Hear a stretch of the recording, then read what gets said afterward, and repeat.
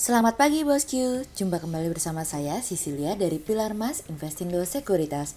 Touch your heart, touch your profit. Nah, seperti biasa kita akan mulai saja nih market review kita hari ini, Selasa 18 Januari 2022 dengan episode Keadaan versus Keyakinan. Maka dari itu jangan kemana-mana ya bosku, tetap di channel Pilar Mas Investindo Sekuritas. Touch your heart, touch your profit. Pionir Sekuritas Channel di Indonesia.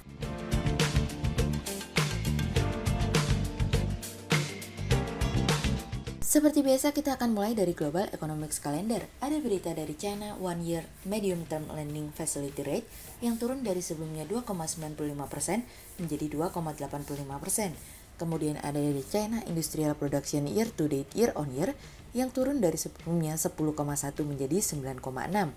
Kemudian ada dari China Industrial Production Year on Year yang naik dari sebelumnya 3,8% menjadi 4,3%. Kemudian kita beralih ke corporate news. Ada berita dari PT Nusantara Pelabuhan Handal Tbk atau Port yang menganggarkan belanja modal alias capital expenditure sebesar 100 miliar rupiah hingga 130 miliar rupiah pada tahun 2022 dari kontan.co.id. Kemudian ada dari PT Siantar Top Tbk atau STTP yang tahun 2022 incar pertumbuhan kinerja 2 digit dari kontan.co.id. Kemudian ada dari PT Adi Sarana Armada Tbk atau ASA yang menganggarkan belanja modal atau capital expenditure dalam kisaran 1,3 triliun rupiah hingga 1,5 triliun rupiah untuk tahun 2022 dari kontan.co.id. Kemudian pada perdagangan hari Senin tanggal 17 Januari 2022, IHSG ditutup melemah 48 poin atau 0,72% menjadi 6.645. Sektor teknologi, basic materials, infrastruktur, properties and real estate, consumer cyclicals, healthcare, financials, consumer non-cyclicals, industrials, transportation and logistik bergerak negatif dan mendominasi penurunan IHSG kali ini. Investor asing di seluruh pasar membukukan pembelian bersih sebesar 77 miliar rupiah. Kemudian kita akan masuk ke market review kita hari ini. Cerita hari ini akan kita awali dari tak berdaya namun berusaha. Pada akhirnya pemerintah Cina harus mengakui data perekonomian yang ada di atas kertas yang dimana penurunan dan perlambatan perekonomian Cina sudah tidak lagi bisa dipandang sebelah mata. Industrial production yang mengalami penurunan bersama dengan penjualan retail juga membuat Cina semakin khawatir apakah perlambatan ini akan terus-menerus berlanjut atau tidak.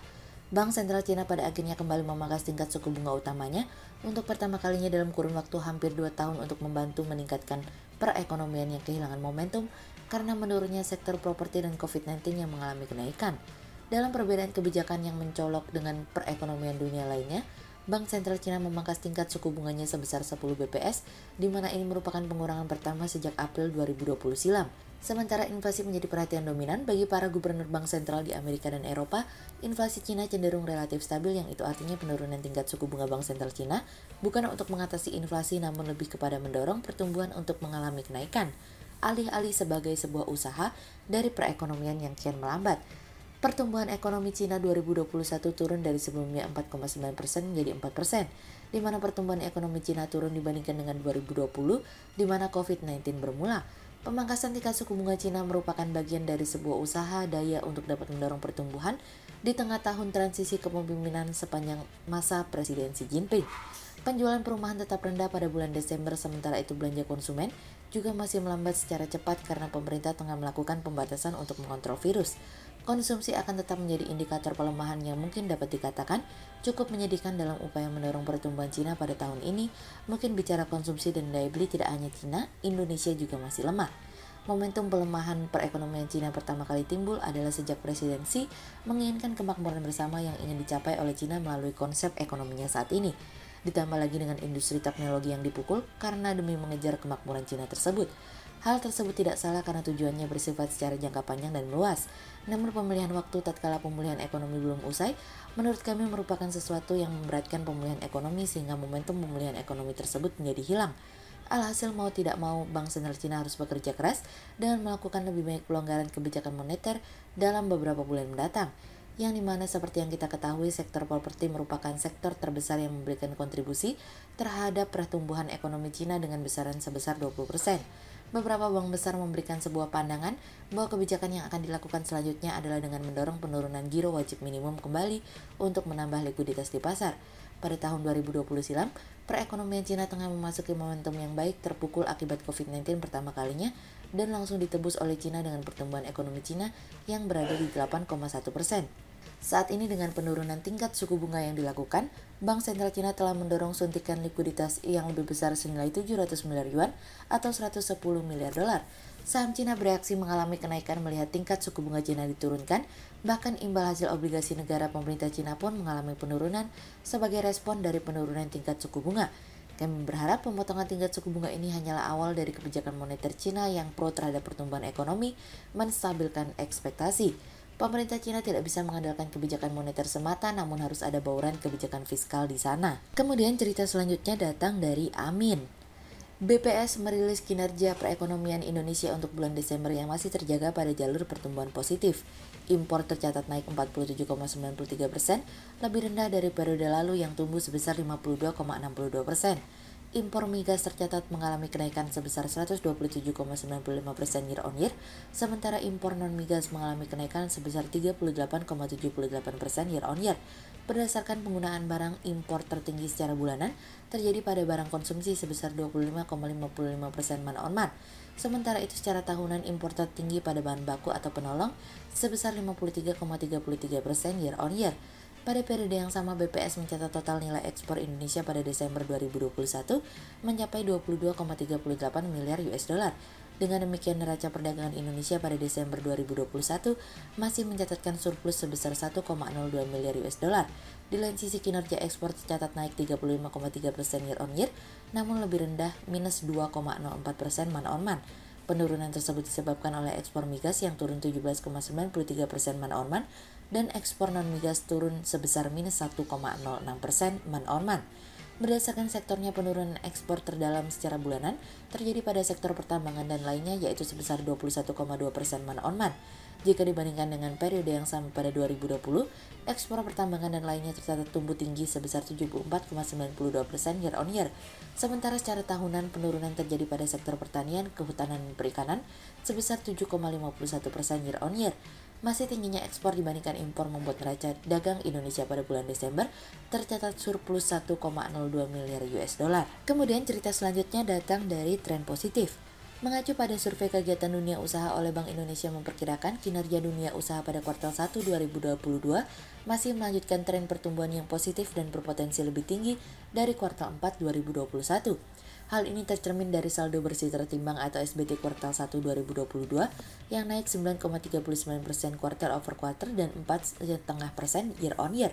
Peningkatan kinerja dunia usaha tersebut didorong oleh kinerja sektor pertanian, perkebunan peternakan, kehutanan, dan perikanan dengan SBT 1,96%, sejalan dengan musim panen raya subsektor tanaman bahan pangan.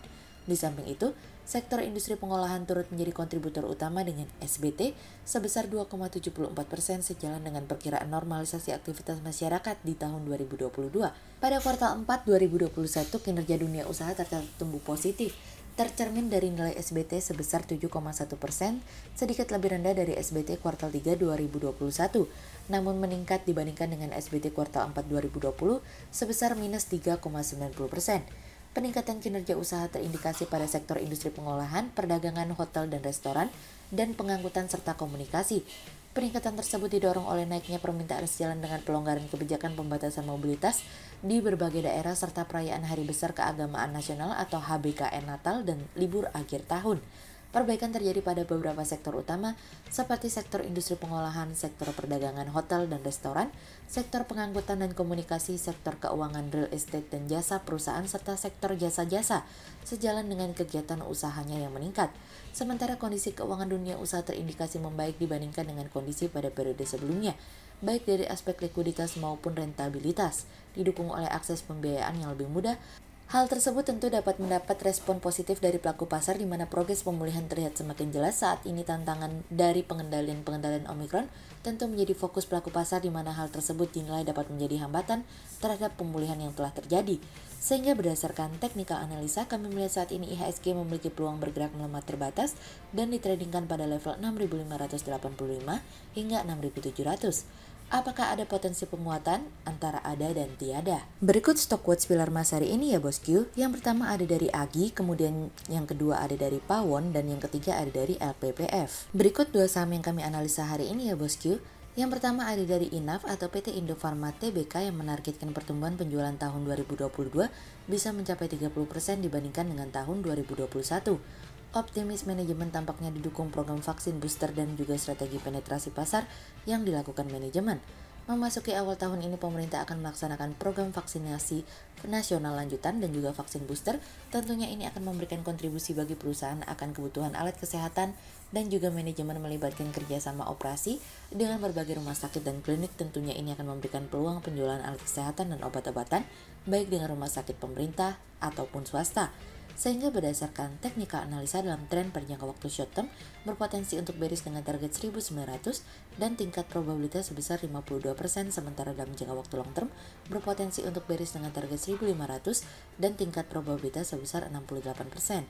Kemudian yang kedua ada dari WSKT atau PT Waskita Karya Persero Tbk yang memproyeksikan perolehan nilai kontrak baru sebesar Rp25 triliun hingga Rp30 triliun pada tahun 2022. Harapan membaiknya ekonomi nasional dan pulihnya ancaman dari COVID-19 tentunya menjadi suatu harapan bagi manajemen dalam mendapatkan pekerjaan proyek atau tender yang sempat tertunda. Kondisi ini memberikan optimis manajemen dalam menargetkan nilai kontrak baru sebesar Rp25 triliun hingga Rp30 triliun pada tahun 2022 yang bersumber pekerjaan pemerintah, BUMN, dan swasta.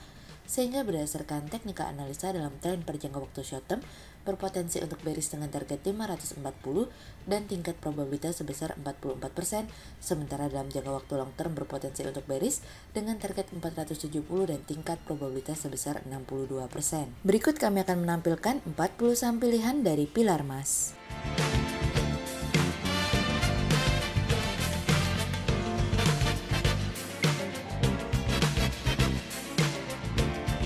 Sekian untuk review market kita kali ini ya bosku. Untuk info lebih lengkapnya bosku bisa download PDF dengan klik link di bawah video ini atau bisa juga langsung akses ke website kami di www.pilarmas-investindo.co.id. Dan jangan lupa untuk selalu jaga kesehatan buat para bosku ya. Kita akan bertemu lagi besok pagi untuk market review yang berikutnya. Jadi jangan lupa like, subscribe, dan tonton terus channel Pilar Mas Investindo Sekuritas. Touch your heart, touch your profit. Pionir Sekuritas Channel di Indonesia.